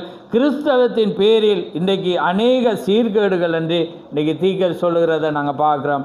அதே போல் பாருங்கள், ஆகவே பிறகு உங்களுக்கு தெரியுமா, அவைகளுக்கு பின்னால் தேவன் மக்களிடமிருந்து எவ்வளவாக தம்முடைய முகத்தை திருப்பியிருந்தாலும் அச்சூழலில் நீங்கள் எந்த விதமான ஒரு மனப்பான்மையை நீங்கள் கொண்டிருக்க போர்கள் என்பதை தேவன் காண்பதற்காகவே இப்படி செய்கிறார். தண்டனையை தேவன் கொடுக்கிறார். என்னென்றால் அந்த இடத்துல நீங்கள் எப்படி நிற்கிறீங்க. அந்த தண்டனை வந்தோன்னு, ஆண்டவரே நான் இப்படி போனதால தான், இப்படி செய்ததால தான் நீர் என்ன தாண்டி. ஆனால் எந்த மனிதன் அதை பார்க்குறீங்க. இன்றைக்கி அவங்க யதார்த்தத்தை பார்ப்பாங்க, அல்லது சூழலால், அல்லது நான் இப்படி செய்ததால் தான் வந்தது, அல்லது நான் இப்படி போனதால் தான் செஞ்சது, நான் இப்படி குடித்ததால் தான் இப்படி வந்தது. ஆனால் வேதம் என்ன சொல்லுதுண்டா, ஒரு பாவம் ஒரு வியாதி வருதுண்டா அதுக்கு காரணமே என்னையா? எங்களுடைய தேவனை விட்டு செய்கிற தவறு நிமித்தம் தான் தேவன் என்ன செய்கிறாரா? அனுமதிக்கிறார். புரியுதா அவங்களுக்கு? அதுதான் காரியம். அதனால தான் இன்றைக்கி விஞ்ஞானிகள் அதை சாட்சி போடுறாங்க. பாருங்கள், தீர்க்கதரிசி அந்த நேரமே சொல்கிறேன். ஒரு பகுதியை நான் வாசிக்கிறேன் பாருங்கள். இப்போ பாருங்கள், 131வது பந்தியில், ஆகவே பாருங்கள், இன்றைக்கு 2 விதத்தில், ஆவிக்குரிய விதத்திலும் மற்ற சரீர பிரகாரமாக ஒன்று கொண்டு போடுகிறது. ஏனென்றால், கவனிங்க பாருங்கள், ஆண்களுக்கு சொல்கிறேன், ஏனென்றால் கால் புணர்ச்சி கொண்டிருக்கும் ஒரு ஆண் மற்றும் மட்டுமீறிய அமளி உண்டாக்குற கடுங்கோபம் கொண்ட குமுறுகிற சண்டையிட்டு வாதம் பண்ணுகிற பெண், அதாவது மட்டுமீறிய அமளியை கொண்டிருக்கும் ஒரு ஆண், அதே நேரம் மட்டுமீறி அமளி உண்டாக்குற கடுங்கோபம் கொண்டு ஒரு பெண் அவள் இருப்பாள் என்றால், கவனிங்க, விஞ்ஞானம் சாட்சி பெறுகிறது, குமுறுகின்ற சண்டையிட்டு வாதம் பண்ணுகிற ஒரு பெண் மரித்து போகிறாள், கெதியில் மரிக்கிறாள். அது எப்படி என்று பாருங்கள் என்று ஏற்கனவே அவர்களால் நிரூபிக்கப்பட்டுள்ளது. ஒன்று புற்றுநோய், கிருமி நோய், சீல்புண் மற்ற எல்லா நோய்களையும் அதை ஏற்படுத்துகிறது. ஒரு பெண் அதிக சண்டை மட்டு மீறிய, சில பெண்கள் பாருங்கள் மட்டு மீறி கத்துவாங்க, ஒரு டென்ஷனில் கத்தி அப்படி சண்டை பிடிக்கிற பெண்ணாக இருந்தால் அவள் அதிசீக்கிரத்தில் கேன்சர் வரும். ஏண்டா இது தீர்க்கதரிசன வேதம், விஞ்ஞானம் சாட்சி, மருத்துவர் சாட்சி. அதுக்கு இன்றைக்கி விஞ்ஞானம் அதை நெருக்குது. அவர் பெண் ஒரு கோபம் வரும் எல்லாருக்கும். ஆனால் ஒரு அளவை விட சில பேர் பாருங்கள், ஒரு முரட்டுத்தனமாக ஒரு விஷயத்துக்காக அப்படி பேய் மாறி நிற்பாங்க. அப்படி நிற்கிறவங்க நிச்சயமாக இந்த தண்டனை பேர் அவங்களுக்கு கிருமி தொற்று வரும் அல்லது கேன்சர் வரும் என்று விஞ்ஞானம் நிரூபிக்கும். அதால தான் நீ வேதம் என்று சொல்லு, முக மகிழ்ச்சி நல்ல ஔஷதம் என்றது. நல்ல ஔஷதம்னா மருந்து. நீங்கள் மொழிபெயர்த்து பார்த்தீங்கன்னா முக மகிழ்ச்சி. அப்போ நீங்கள் சிரித்து வாழ்த்தா நிறைய பாட்டு இருக்குது, நிறைய பழமொழி இருக்குது பாருங்கள். அதே போல் தான் முக மகிழ்ச்சி மனமகிழ்ச்சி என்று இருக்குது. அப்போ ஒருவன் முகம் செழிப்பாக இருந்து சிரிப்போடு இருந்தால் அவனுக்கு வியாதி இருக்காது, மருத்துவம் சாட்சி போடும். ஆனால் நீங்கள் கோவப்படுற நேரத்தில் நான் நினைக்கிறேன் 1000க்கு மேற்பட்ட நரம்புகள் வேலை செய்யுது. அதனால தான் அவனுக்கு வியாதி வருது. அதால் தான் நீங்கள் எப்பயுமே தேவண்ட ஜனங்கள் சாந்தமாக முக மகிழ்ச்சியோடு இன்பத்தோடு ஒரு முருகலோடு, அதாவது புன்முருகல், அதாவது சிரிப்போடு நீங்கள் இருப்பீங்கண்டா அது வராது. ஆனால் தேவண்ட காரியம் என்ன சொல்லுதாண்டா, நீங்கள் அப்படிப்பட்ட நிலையில் இருக்கக்குள்ள அது தேவண்ட காரியம். அப்போ இவன் என்ன செய்கிறான்டா, தேவன் அந்த ஆக்சிடெண்ட்டை ஏற்படுத்துகிற மேலேருந்து விழுகிறான். விழுந்த உடனே என்ன நடக்குதுண்டா, இதில் ஒரு கிருமி தொற்று வருது, அதனால் காய்ச்சல் வருது. அவனுக்கு காய்ச்சல் வந்த பிற்பாடு அவன் என்ன செய்கிறான்டா, கட்டிலில் படுக்கிறான். நான் உயிர் பிழைப்பேன் ஆண்டு எங்கே பார்க்குறாங்க, தீக்கசி இருக்கிறான். ஆனால் இவன் என்ன இருக்கிறான், எக்ரோனின் தேவன் யாருன்னு பார்த்தா இங்கே அம்மாட அந்த காரியத்தினுடைய காரியம்தான் அவனுக்கு இருக்கு. அவன் என்ன செய்கிறான், அதனால் அந்த காரியம் ஏற்படுறதை நாங்கள் பார்க்கணும். அதனால் அன்பான ஜனங்களே, அதாவது ஏனென்றா எந்த காரியத்துக்கு ஏன்ன்றதை நாங்கள் பார்க்கணும். இன்றைக்கு ஏன் எங்களோட குடும்பங்களை ஆவிக்குரிய நிலையில் கொண்டு வர முடியாமல் இருக்கிறது, ஏன் நாங்கள் சபையில் தேவனோடு போராட முடியாமல் இருக்கிறது, ஏன் தேவனுக்குள்ளாக ஆராதிக்க முடியாமல் இருந்தேன்டா, அங்கே ஒரு காரணம் இருக்குது. இப்போ விளங்கிட்டு அந்த செய்தி ஏனென்று நாங்கள் பார்க்கோம். எந்த காரணத்துக்கும் ஏண்டா அங்கே விட இருக்குது. அப்போ இந்த குடும்பத்துக்கு ஏன் நடந்தது, இந்த ஆகாப்புடைய தவறினால். பாருங்கள், ஒரு பிள்ளை மறித்து போகிறான். ஏன் மறிக்கிறான்டா, இன்றைக்கு அதான் நாங்கள் ஆவிக்குரிய விதத்தில் தான் பார்க்கணும். இன்றைக்கு எங்களோட பிள்ளைகள் ஆவிக்குரிய வாழ்க்கையிலிருந்து ஏன் மறிக்கிறாங்கண்டா, எங்களோட தவறு, பெற்றோருடைய தவறு. நாங்கள் ஒரு நோக்கத்துக்காக காரியங்களுக்காக நாங்கள் செய்யும்போது அது என்ன செய்கிறேன்டா, பிள்ளைய மரணத்துக்கு. இன்றைக்கு நாங்கள் சொல்லுவோம், எங்களுக்கு பிறந்த பிள்ளையா, ஏன்னா இப்படி நடக்குது, ஆவிக்குரிய விதத்தில் உற்சாகம் இல்லாமல் இருக்குது, தேவண்ட காரியத்தை படிக்காமல் இருக்குதுகள், தேவனை அறியாமல் இருக்குதுன்னு நாங்கள் சொல்லுவோம். ஆனால் அந்த மரணத்துக்கு காரணம் இருக்குமெண்டா, நாங்கள் தேவனுடைய சித்தத்துக்குள்ளாக செய்யாத காரியங்கள். அப்போ அது என்ன செய்யுமெண்டா, ஆவிக்குரிய மரணம். இன்றைக்கு இவனை இயற்கையான இது மாமிச மரணத்தை கொண்டு வந்தது.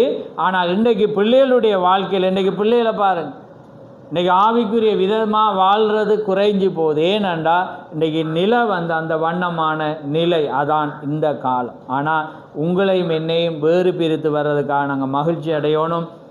ஆனால் நாங்கள் என்ன செய்யணும், இன்னும் எங்களை காத்து கொள்ளணும். தேவனுடைய வார்த்தைக்குள்ளாக நாங்கள் பலப்படுகிற வழியை பாருங்கள். அந்த நெகோமியாட காலத்தில் அது வர்ற வழியில் தேவன் மாற்றிடுவான்.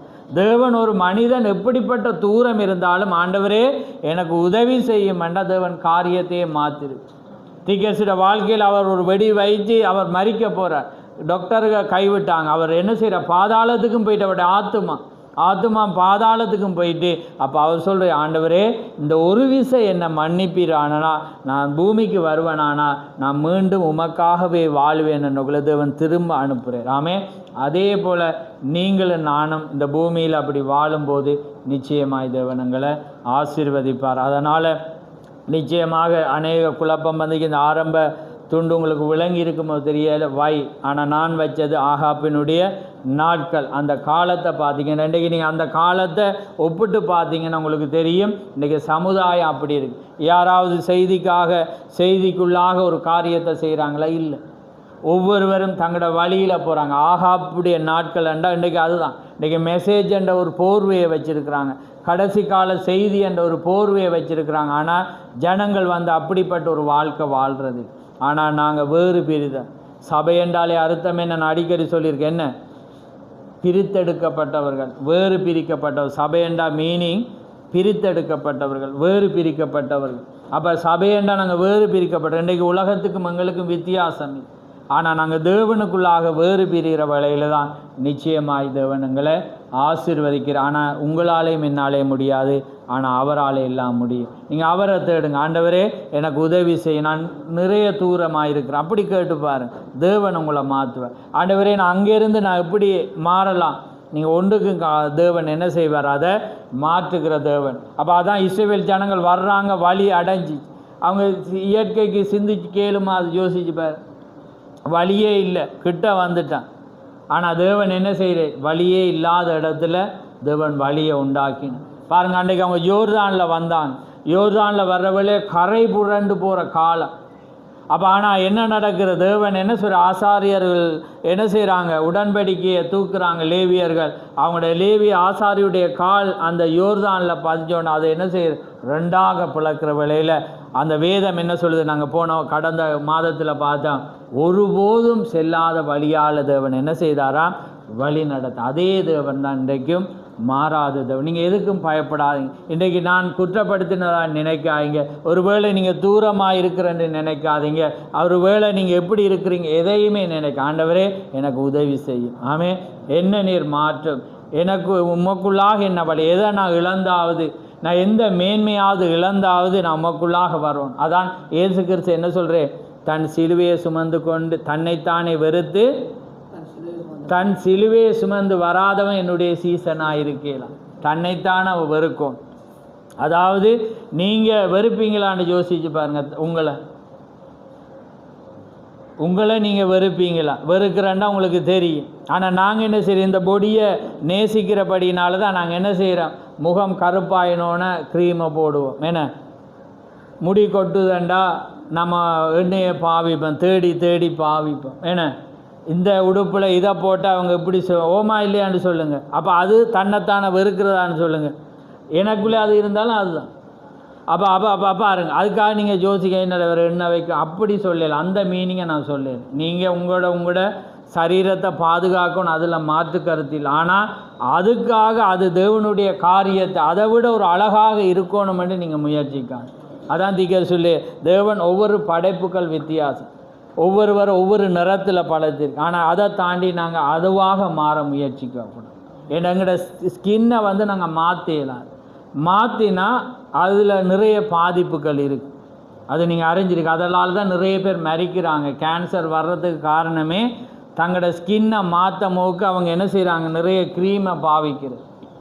அதனால தான் வேதம் சொல்லுது, நீ கட்டையாக இருக்கிறாயா, நீ அதுக்காக தேவனை சந்தோஷப்படு. நீ நீட்டாக இருக்கிறாயா சந்தோஷம், நீ மெலிவாக இருக்கிறாயா சந்தோஷம். ஏன்னா ஆண்டவர் உங்களை படைச்சிருக்குற, அவர் குயவனாக இருக்கிற, அதை நம்ம மாற்றக்கூடாது. ஆமே. அப்போ ஆண்டவர் நீ இப்படி தான் இருக்கணுமெண்டா அதுதான், அதுக்காக நீங்கள் நன்றி செலுத்தும். அப்போ பாருங்கள், சிம்சோனை நீங்கள் படத்தில் பார்க்குற வழியில் அவன் ராட்சதனாக இருந்து ஒரு பெரிய பொடி பில்டர் மாதிரி காட்டுறான். ஆனால் நீங்கள் சிம்சோனை போய் பார்த்தீங்கன்னா அவன் கட்டை, அவன் வந்து சரியான நோஞ்சான். ஆனால் படத்தில் தான் இவன் இந்த 2 நிலையை எப்படி தூக்குறான்னா அவன் ஒரு பொடி பில்டராக இருக்கணும்னு படங்குறான். ஆனால் வேதம் எப்படி பார்க்குதாண்டா அவன் பயங்கர நோஞ்சி கட்டே. ஆனால் அவனை கொண்டு தான் தேவன் என்ன செஞ்சு அந்த பெலிஸ்தியர் எல்லாரும் என்ன செய்து எல்லாரையும் தேவன் என்ன செய்ய அசைச்சு. அதே போல தான் நீங்கள் உருவத்தில் சின்னனாக இருக்கலாம் காரியம், ஆனால் தேவன் அவருடைய நாம மகிமைக்காக உங்களை படைச்சிருக்கிற. ஆமே, அதை நீங்கள் முதலாவது புரியணும். அதனால அப்படி உங்களோட சிந்தையில் வருமெண்டா, ஆண்டவரே உமக்கு அழகாக என்ன படைச்சிருக்கேன்னா நான் மாற்ற, ஏண்டா அங்கே அழகாக இருப்பேன். ஆமே, அவருடைய ராஜ்யத்தில் வந்து எங்களுக்கு அழகான ஒரு பொடியை தந்திருக்கிற, அந்த சரீரத்தில் வந்து வியாதி வராது, வேதனை வராது, மரணம் வராது.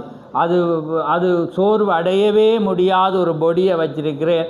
அதுக்காக தான் இது அழிவுள்ள சரீரம். அதான் பவுல் சொல்கிறான், அழிவுள்ள சரீரமாக இது மரித்து போனாலும் அழியாத ஒன்றை தேவன் நமக்கு நித்தியமாக வைத்திருக்கு. அதனால் அருமையான சவுலே அதை புரியுங்க. தேவன் விசேஷித்த ஒன்றை உங்களுக்காக அவர் வைத்திருக்கிறார். அதனால் அவரை நம்புங்க. இன்றைக்கு எப்படி நான் இதை விட்டு வரையிலும், எப்படி இதை மாற்றலும், எப்படி என்று சிந்திக்காங்க. ஆண்டவரே என்னை மாற்றும், ஆண்டவரே என்னை மாற்றும் என்று நீங்கள் ஜெபிக்க ஆரம்பிக்கிற வேளையில், நிறைவானது வர்ற வேளையில் இந்த குறைவெல்லாம் என்ன செய்யும், கடந்து போகும். ஆமே, அந்த காற்றானது அடிக்கிற வேளையில் எல்லாம் அதான் தீக்கர் சொல்ல எழுப்புதல் என்பது. கடலில் பாருங்கள், கடலை கிட்ட இருக்கிறவர்களுக்கு தெரியும், கடலில் வந்து அலை அடிக்க துவங்கிக்குள்ளே என்ன செய்யும் என்று சொல்லுங்கள், அந்த குப்பை எல்லாத்தையும் கொண்டு கரையில் தள்ளி சொல்லுமா இல்லையான்னு சொல்லுங்கள். அப்போ அந்த எழுப்புதல் என்பது என்ன செய்யணும், உங்களுக்குள்ளே தேவன் வர்றாருண்டா உங்களோட அழுக்கு எல்லாமே அது என்ன செய்யும், தள்ளி போட்டு. தண்ணியால் செய்யலாம். ஆனால் அந்த காற்று வந்தோடனே அந்த காற்று தண்ணீரை படக்குள்ள குப்பையை வெளியே தள்ளி. அதே போல் தான் திகசுரே உங்களால், அதான் வேதம் சொல்லு, உங்களால் ஒன்றும் கூடாது, என்னால் எல்லாம் கூடும். அப்போ நீங்கள் செய்யலாது, ஆனால் தேவன் உங்களுக்குள்ளே வர்ற வேளையில் தேவன் எல்லாமே மாற்றும். அதனால் கர்த்தர் தாமே உங்களை ஆசீர்வதிப்பாராக. நான் முடிக்கிறேன். ஆமென்.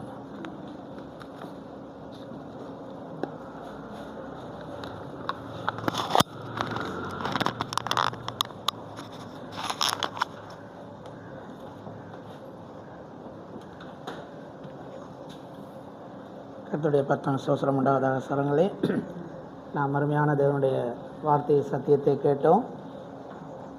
வேதம் சொல்கிறது, நாங்கள் கர்த்தருடைய வார்த்தையை கடவுளாக மாத்திரமல்ல, அந்த வார்த்தையின்படி நடக்கவும் வேணும். அது கட்டளை. கேட்பது எல்லாரும் கேட்கலாம், ஆனால் நம்ம கை கொள்வது தான் மிகவும் கஷ்டமான ஒரு காரியம். அப்போஸ்தலன் பவுல் சொல்லும்பொழுது சொல்கிறார், பிரசங்கிக்கிற நீ களவு செய்யக்கூடாதுன்னு பிரசங்கிக்கிற நீ களவு செய்யாது இருப்பாயாக. நாம் அதே போல் சர்வங்களை நாம் சத்தியத்தை கேட்கிற நாம் சத்தியத்தின்படி நாங்கள் ஜீவிக்கிறதுக்கு கர்த்தர் எங்களுக்கு கிருபை செய்வார். நாம் யாரும் தலைகளை குனிந்து நாம் எழுந்திருந்து நாம் ஜெபம் பண்ணுவோம்.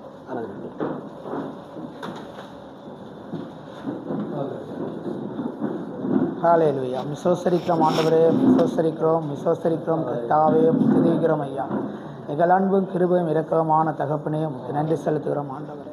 சர்வ வல்லமுள்ள தேவாதி தேவனும் ராஜாதி ராஜாவும் கர்த்தராயிருக்கிற எங்கள் தகப்பனே, உடைய நாமும் மகிமைப்படுவதாக கர்த்தாவே. ஆண்டவரே, சர்வ வல்லவரே, நீ துதிக்கப்படுவீராக ஆண்டவர். அப்பா, இந்த நல்ல நாளிலும் ஒரு பிள்ளைகளாகி நாங்கள் ஒவ்வொருவரும் கர்த்தாவே உடைய சமூகத்திலே வந்து உண்மை நோக்கி அப்பா என்று கூப்பிட கர்த்தாவே, நீ செய்த மகா தயவுக்காக நன்றி செலுத்துகிறேன்.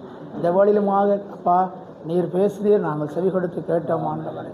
கர்த்தாவே, நாங்கள் கேட்டவர்களாக மாத்திரமல்ல, அந்த வார்த்தையின்படி நாங்கள் ஒவ்வொரு நாளும் எங்களுடைய ஜீவியத்திலே நாங்கள் ஜீவிக்க ஆண்டவரே உம்முடைய புது பலனையும் கிருபையும் இரக்கத்தையும் தரும்படியாக செபிக்கிறோம் ஆண்டவர். அப்பா, பேதுரு சொல்லுகிறான், ஆண்டவரே ஜீவனுள்ள வார்த்தை வசனம் உம்மிடத்தில் இருக்கு, நாங்கள் எங்கேயும் போவோம் என்று சொல்கிறான் ஆண்டவர். கர்த்தாவே, நாங்கள் இந்த பூமியிலே எங்கேயும் ஓட முடியாது ஆண்டவரே. ஏனென்றால் உம்மிடத்திலே மாத்திரமே ஆண்டவரே ஜீவனுள்ள வசனம் இருக்கிறது. நீர் ஜீவிக்கிறவர் ஆண்டவர். ஆமாம் ஆண்டவர், நாங்கள் உம்மை விசுவாசிக்கிறோம் கர்த்தாவே. ஆம் கர்த்தாவே, நாங்கள் விசுவாசிக்கிறோம் அப்பா. அவ்விதமாக எங்களை நல்ல விசுவாசத்தில் எங்களை நடத்துவீராக தகப்பன். ஆண்டவரே, உம்முடைய கிருபையில் எங்களை நடத்துவீராக ராஜா.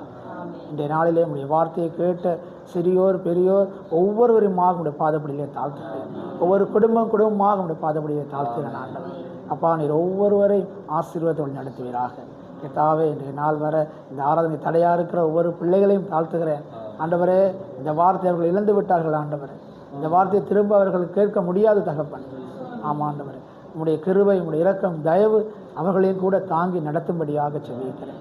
இன்றைய நாளிலே உம்முடைய வார்த்தையை கொடுத்தான தாசனை உடைய பாதப்படியிலே தாழ்த்துகிறேன் ஆண்டவரே. அவருடைய குடும்பத்தை தாழ்த்துகிறேன், அந்த சபையோரை தாழ்த்துகிறேன் ஆண்டவரே. அருமையான அவரோடு கூட வந்த சவரன் நன்றனை உடைய பாதப்படியிலே தாழ்த்துகிறேன். அவருடைய குடும்பத்தை அவர் செய்யும் தேவனுக்கான செய்கிற ஆண்டவரே பிரயாசங்களை ஊழியங்களை உடைய பாதப்படியிலே தாழ்த்துகிறோம் ஆண்டவரே. அப்பா, நீர் அந்த குடும்பங்களை ஆசீர்வதிப்பீராக ஆண்டவரே. தேவையான காரியங்களை கர்த்தர் சந்திக்கும்படியாக செபிக்கிறோம் ஆண்டவர். ஆண்டவரே, சகோதரனுடைய ஊழியத்திலே நாங்கள் ஆண்டவரே ஒருமித்து சந்தோஷமாய் ஒற்றுமையாய் ஆண்டவரே அந்நிய ஆண்டவரே தேவனுடைய கிருபையிலே நாங்கள் வளருவதற்கு ஆண்டவரே ஏதோ கர்த்தாவே நீர் எங்களை ஒருமித்து ஆசீர்வதிக்கும்படியாக செபிக்கிறோம் ஆண்டவர். ஆம் தகப்பனே, உமக்கு நன்றி செலுத்துகிறோம். உடைய நாமம் துதிக்கப்படுவதாக ஆண்டவர்.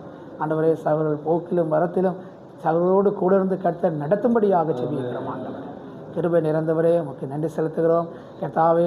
வரும் மாதங்களிலே வரும் நாட்களிலே நாங்கள் ஆண்டவரே நீர் எங்களை கொடுத்திருக்கான ஊழியங்களுக்காக உமக்கு நன்றி செலுத்துகிறோம் ஆண்டவரே. அந்த பயணங்களை கர்த்தர் ஆசீர்வதிக்கும்படியாக செபிக்கிறோம் ஆண்டா கர்த்தாவே. அதற்கான வழியை கர்த்தர் ஆயத்தப்படுத்தும்படியாக செபிக்கிறோம் ஆண்டவரே. தேவரே, நம்முடைய தூதனை அனுப்பி எங்களுக்கு ஆயத்தப்படுத்துவீராக. ஆமாம் ஆண்டவரே, உமக்கு நன்றி செலுத்துகிறோம். இந்த வழியில் எங்கள் ஒவ்வொருவரையும் உடைய பாதப்படியிலே தாழ்த்துகிறேன் ஆண்டவரே. ஒவ்வொருடைய வேண்டுதல் விண்ணப்பங்கள் தேவைகள் எதுவாக இருந்தாலும் எல்லாவற்றையும் சந்திக்கிற தேவனாக இருக்கிறீர். அதை சந்தித்தமைக்காக உமக்கு நன்றி செலுத்துகிறோம். எங்கள் ஒவ்வொருவரையும் உடைய பாதத்தில் இப்போ கொடுக்கிறோம். என் பொறுப்பேற்று வழிநடத்தும்படியாக என் கர்த்தரும் மேய்ப்பரும் இரட்சகருமாகிய இயேசு கிறிஸ்துவின் சர்வ வல்லமுள்ள நாமத்தினாலே எங்கள் யாவரையும் தாழ்த்து கேட்டு செபிக்கிறேன். ஆமென். ஆமென். என் ஆத்துமாவே கர்த்தரை ஸ்தோத்திரி, என் முழுவதுமே அவருடைய பரிசுத்த நாமத்தை ஸ்தோத்திரி. என் ஆத்துமாவே கர்த்தரை ஸ்தோத்திரி, அவர் செய்த சகல உபகாரங்களை மறவாது. ஆமென். ஆமென். கர்த்தர் ஆசீர்வதிப்பார்.